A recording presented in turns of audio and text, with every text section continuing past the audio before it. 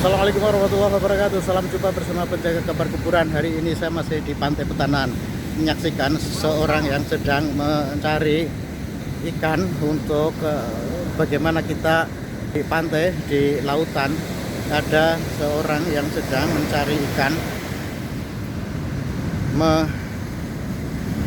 mengais rezeki, mencari rezeki untuk mendapatkan ikan di laut lepas, tetapi dia hanya mengambil di pantai saja.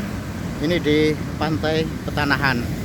Yang ingin saya sampaikan adalah bagaimana setiap kita berada di laut lalu ingat ayat 109 Al-Kahfi, Qul law kana al-bahru midadan li kalimati rabbi lanafidal bahru qabla an tanfada kalimatu rabbi walau ji'na bimithlihi madada.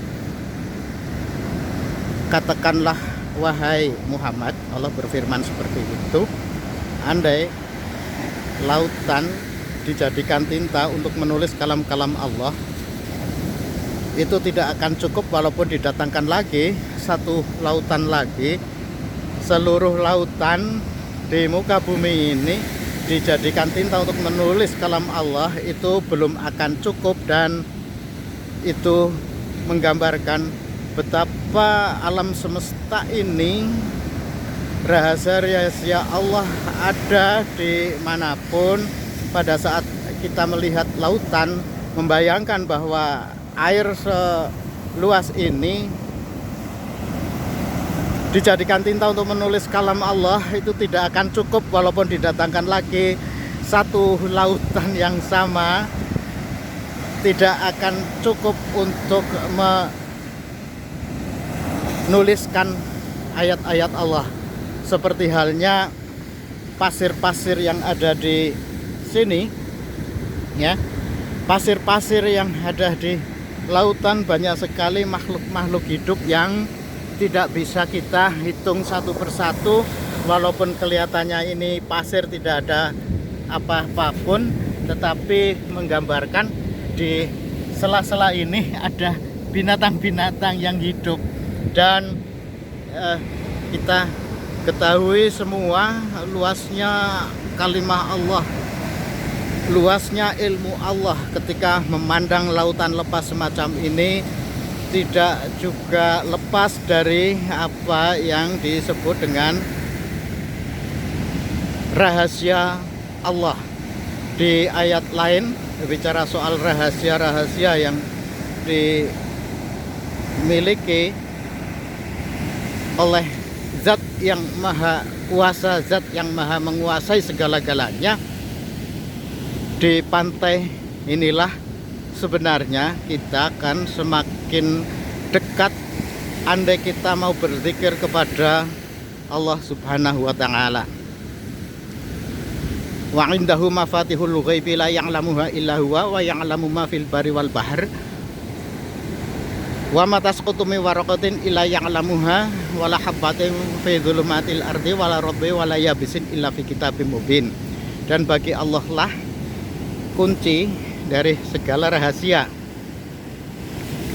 hal yang gaib. Wa indahu mafatihul ghaibi la ya'lamuha illa huwa, tidak akan siapapun mengetahui kecuali Allah. Ada hal-hal gaib yang manusia itu tidak tahu kecuali Allah. Selembar daun yang jatuh, kan, wa ma tasqutu min waraqatin illa ya'lamuha, dan selembar daun yang jatuh pun, ya kan, ketika itu jatuh dari pepohonan itu, dari pepohonan semacam itu, kemudian jatuh terbawa oleh angin, terbawa oleh air sungai, kemudian berkumpul ke pantai seperti ini dari daun-daunan yang kemudian bercampur dengan sampah-sampah yang lain. Itu semua Allah tahu. Wa indahu mafatihul ghaibi la ya'lamuha illa huwa wa ya'lamu ma fil bari wal bahr. Di daratan maupun di lautan, illa ya'lamuha, kecuali atas pengetahuan Allah. wala habbatin fi dzulumatil ardi, dan tidak juga selembar daun, selembar sebiji-bijian yang sekecil apapun berada di tempat kering dan di tempat basah, Allah itu tahu, dan semua sudah tertera apa yang disebut dengan Lauhul Mahfud.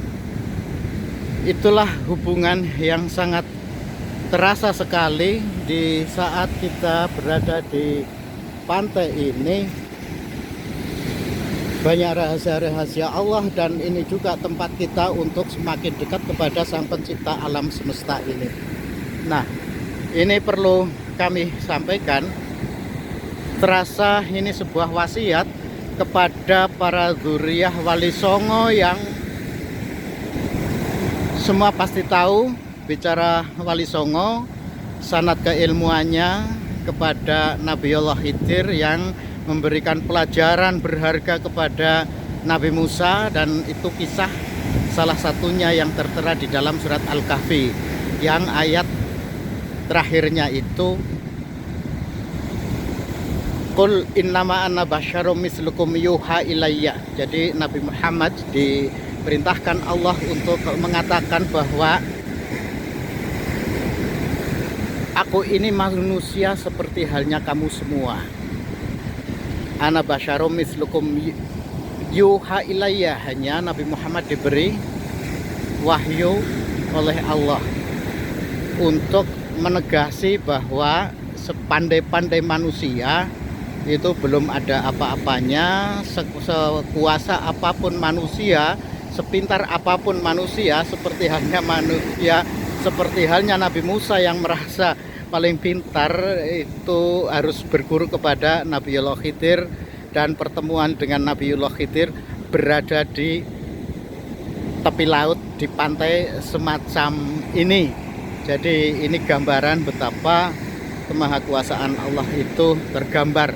Jadi setiap kali saya berada di pantai Petanahan seperti ini, ya, ini pantai Petanahan yang sudah dijadikan tempat wisata di berbagai kesempatan, terutama kalau lebaran itu pasti ramai, dan ini memberikan gambaran kepada kita, andai kita datang ke pantai, hendaklah semakin menyadari betapa kita sebagai makhluk itu sangat kecil, sangat tidak berarti apapun di mata Sang Pencipta alam semesta ini.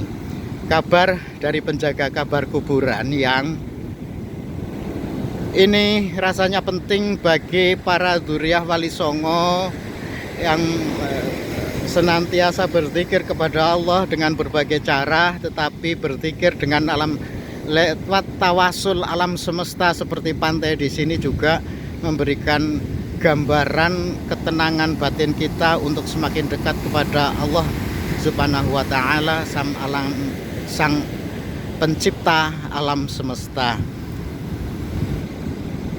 Demikian kabar dari penjaga kabar kuburan. Semoga pesan ini sebagai sebuah wasiat kepada para dzurriyyah Rasulullah, dzurriyyah Wali Songo terutama, ayo semakin dekatlah kepada alam semesta ini agar kita senantiasa mendapatkan rahmat dari Allah Subhanahu wa Ta'ala, berburu sifat Rahman dan Rahimnya Allah. Sifat Rahman Allah setiap bicara membaca Bismillahirrahmanirrahim, Alhamdulillahirabbil alamin, Ar-Rahmanirrahim. Rahman Allah akan diberikan kepada sesiapapun, tetapi berburu rahim Allah itu yang dibutuhkan kejernihan jiwa, kebersihan hati, dan kesucian hati. Di pantai inilah kita akan merasakan itu semua. Semoga ini bermanfaat setelah kita hiruk pikuk berdebat soal nasab kita dzurriyyah Rasulullah yang sebenarnya seperti apa. Semoga ini membuka wacana berpikir kita agar di dalam kita bermusyawarah menemukan fil amri minkum azamta fatawakal 'alallah, menemukan azam untuk kita senantiasa bertawakal kepada Allah. Jadi bermusyawarah di pantai ini juga semoga kita menemukan azam untuk kita sama-sama berserah diri, bertawakal kepada Allah Subhanahu wa Ta'ala. Itu kabar yang terkubur dari penjaga kabar kuburan. Semoga bermanfaat. Wassalamualaikum warahmatullahi wabarakatuh.